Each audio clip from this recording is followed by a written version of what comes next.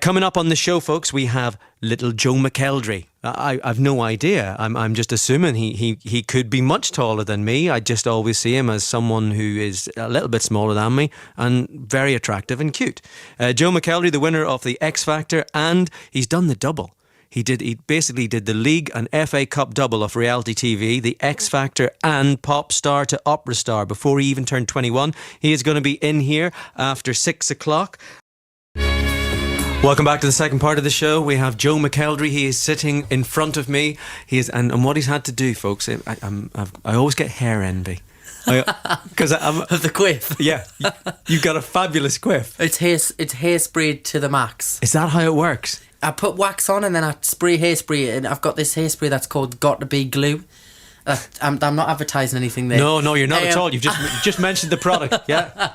And I literally spray it on to the inch of my life until it literally stays still.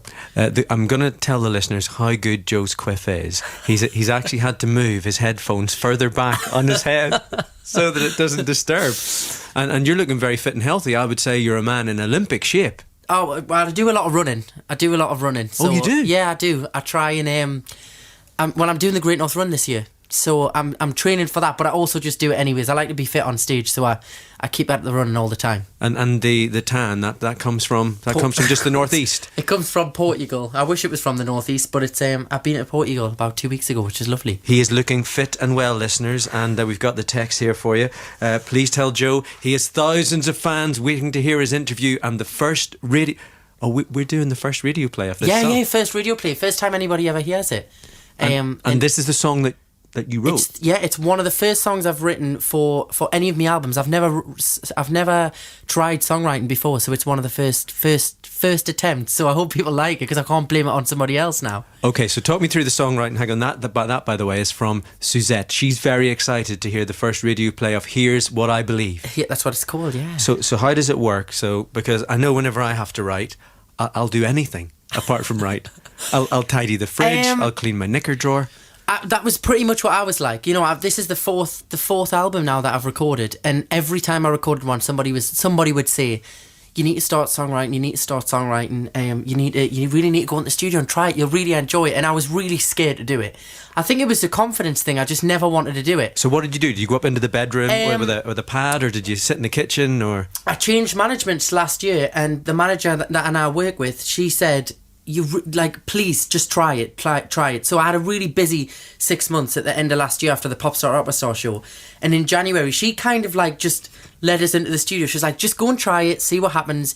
We might never use it, but we might. And one of the first songs I wrote, which is on the album, that one's called What Have I Done, it kind of got picked up for the album straight away because everybody liked it. And I think because I've seen everybody else liked it at the label, it gave us a bit of confidence, and I really started to enjoy it. So I've got 3 songs on this album that I've wrote, which is quite a big deal considering I've never done it before. So what we're saying is that well, first of all, 4 albums in 3 years. Yeah. Whose idea is that, by the way? Did they just keep you on the ground?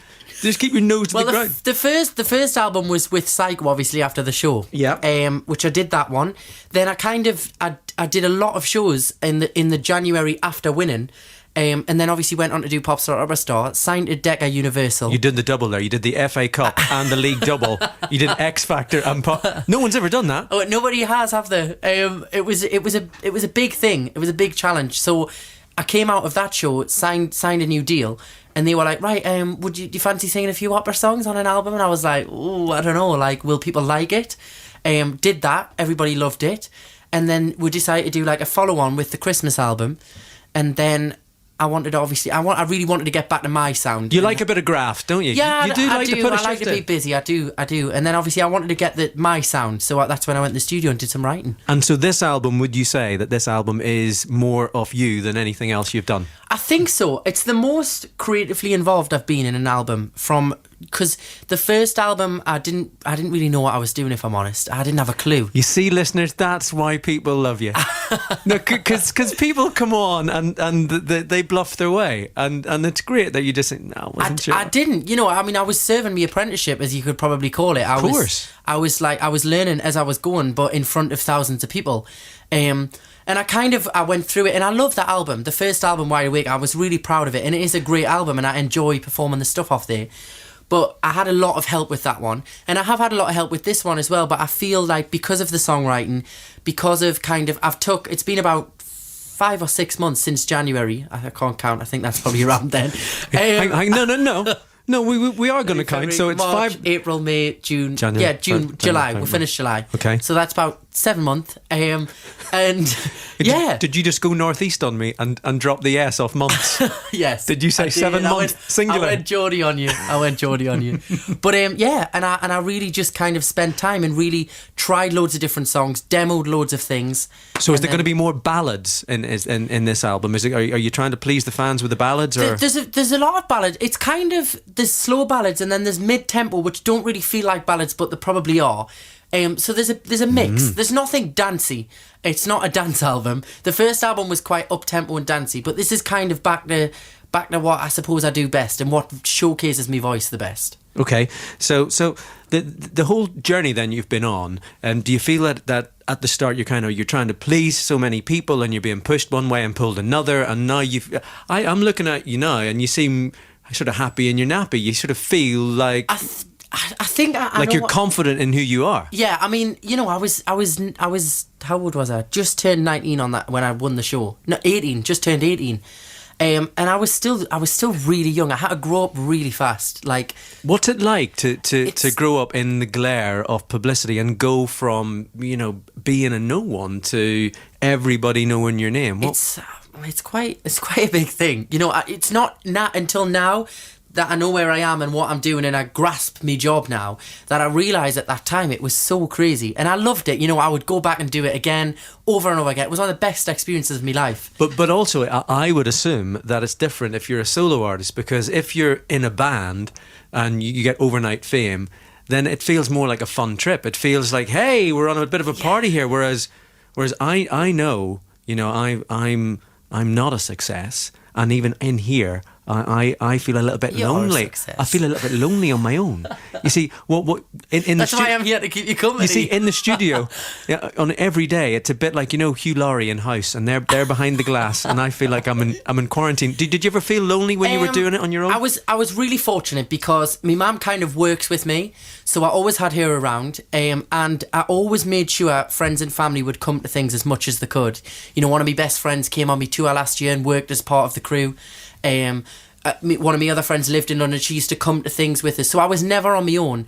But at the same time, it's a scary thing because you're all kind of plonked from a normal what people would deem as a normal life, and you put on this massive pedestal, and you've just got to kind of go with it and kind of ride the ups and downs and see where you end up at the other end. It is literally, you just don't know what's going to happen. Did you go through any demand stages? Did you go through any? No, I'm not one of them diva. All I demand is Diet Coke and green tea. That's all. As long as I've got that, I'm happy. I'm happy. You'll not get that here at the BBC. I've had a peppermint, so I'm happy. Really? Yeah, I had a peppermint tea. I have to say that you're the first guest. I've been standing in for I think it's 8 or 9 days, and you're the first guest they've got anything for. I think they found one in the bowels of Radio 2 or something. I don't know where it was. I think the bowels of Radio 2 could be quite accurate, actually. So we're going to do the build up now to actually play the track. Yes. So this is from the fourth album. Fourth album out. It's out the 10th of September. Out on the 10th of September from the album Here's What I Believe. This is the title track. This is the first time that Joe McElderry has written a tune. Yes. Recorded a tune. Released a tune.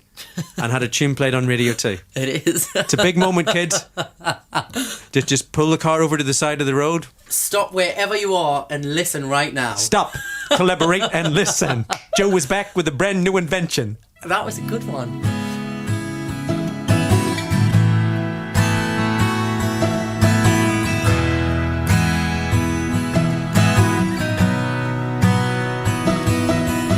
I'm tired of hanging on to all the games you play. Oh, and he finishes it with a little just drifting it off. I'm loving your work, and I have to say the listeners also loving your work. I like it. Yeah, can't wait to hear. Joe, can you please give a shout out to all of your McElderry? Now, who's the McElderry Massive? Oh, they're all my amazing fans. They've supported us all the way. They're called the Massive. The McElderry Massive. Hello to everybody that's listening. I hope you enjoyed that there. Well, that was from Laura on Twitter. They definitely did. Amazing song from Joe. Well done. That is Rob in Chester. And I hear that Joe will be on the show. It's my daughter's 16th birthday tomorrow. She's a huge Joe fan. Is there any chance that you could say happy birthday to her live on air? Her name is Hannah. Happy birthday, Hannah. Happy 16th birthday. I hope you have a fabulous day. And hopefully I'll see you sometime when I'm travelling the UK. See, that's a pro. That's a pro. You didn't just do the happy birthday. You said, and I might see you out there. That is from Helen. So, listening to that tune, it's the tone of the voice, isn't it? It's the tone of the voice that actually sets you apart, I think. Do you think? I really do. I think that's the thing, that whenever, people start at that certain level of pitch, and it's really smooth right the way through. Well, I don't know what to say. Thank you. I take it as a compliment. I don't know. I kind of, with each song, I want it to kind of be the best vocal performance it can be, because I think if somebody only hears that song once, that's their opinion on your voice. So you want to make it sound the best. Producer Mark, is that on the Radio 2 playlist? Can we get that on? Not yet. Oh, it's not yet. Okay, so what if you want that on the Radio 2 playlist? Got to keep requesting it. Text us on 88 to 9. That's how you scare your producers. Yeah, that's good. Good work. Good work, Patrick. So whenever you did the pop star to opera star, did that actually help you vocally? Did it help you tonally? Totally. I mean, it helped actually probably more in the pop side than the opera, because you can't go from opera to pop, but you can go pop to opera. That's why that show works. Really? But if you actually got opera stars to sing pop, they wouldn't be able to do it, because the voice is in such a different place. Are you saying that Leslie Garrett couldn't sing Lady Gaga? She could probably sing it, but she wouldn't be able to sing it as good as she can sing opera. Oh, there's an idea. Can we see if we can get that sorted out? Can we get that sorted out? But yeah, I mean, it's unbelievable the stamina my voice has now. I can sing a lot longer on stage now, whereas before, if I did about 9 or 10 songs, I'd feel it at the end of a show. But now I'm not going to say this because they'll have us on stage for 3 hours every night, but I probably could do a lot longer than I used to be able to. Really? Yeah, because the way you kind of you're using your breathing properly, your voice is in the same place, and a lot of pop singers, to get that pop sound, you actually have to strain your voice, because it gets that sharp, punchy sound, whereas the operatic voice is trained to be on stage for 3.5 hours. You see what I'm looking at here? I'm looking at a man who I think could be the Will Young. I think this is what you're doing now. I think that you've thrown off the shackles off the show and you've got your own voice, you're writing your own stuff, and I think that's the direction that you could be going in. We'll see. I just hope everybody enjoys the new album. I mean, I'm always proud of where I came from on X Factor, because without that, nothing else would have. I realised that it's a building block. I am so glad for that you're actually saying that. No, because I see people that slate it, and it really annoys us, because I think it's great that people are having success, but when they try and put down the show after they've been on it, it's like you used that show and you got 20 million people watching you, and that's how you're selling these albums. That's how people seeing you. And I think without that show, and without Simon and the judges putting me through on that show, I wouldn't have been able to do Popstar Opera Star. I wouldn't be onto this album, because I wouldn't have had the exposure. So I always, I never try and get rid of it. I just try and progress from it and build up from it, build the building blocks. And the year that you were on, it was actually, it was a great year. You had Ollie Murs, you had Jedward, Stacey Solomon as well. It was I think it was the biggest year they ever had in ratings. Can I say that was the year when you won it? I was texting for you. Oh, thank you. We used to have an X Factor party at my neighbour's house. Oh, wow! And she actually got cardboard cutouts of you guys for the actual. And you had to stand on either side of the room of who you thought was going to win. Yeah. Oh, wow! And so now I'm actually going to be able to get a picture with you in real life rather than just the cutout. Well, it's very exciting. That's amazing to think that. I still find that strange that people actually had events to watch it. It's crazy.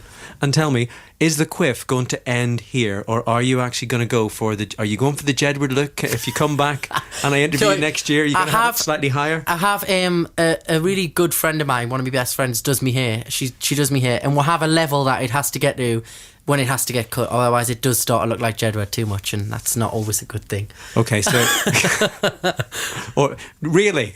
Well, yeah, it's not in a horrible way. I'm striving for the Jedward. It's just they have their look, and I don't want to steal it. So whenever you did the riverboat pageant as well, you the performed in Jubilee. that. How did the hair hold up to that? Oh my God, it was a nightmare. It was an absolute... I got all dressed up, everything. I was really excited. I performed inside on the boat, luckily. And then we went outside, and I've never been so wet. I felt like I was on the Titanic. The way, like, I don't know how, but there was actually waves on the river, and it was like whacking over the front of the boat. But it was I want a chance in a lifetime, to see that. I mean, I'll never see that again in my life. So it was really good to be there. It was incredible. I'm loving this chap because you're so...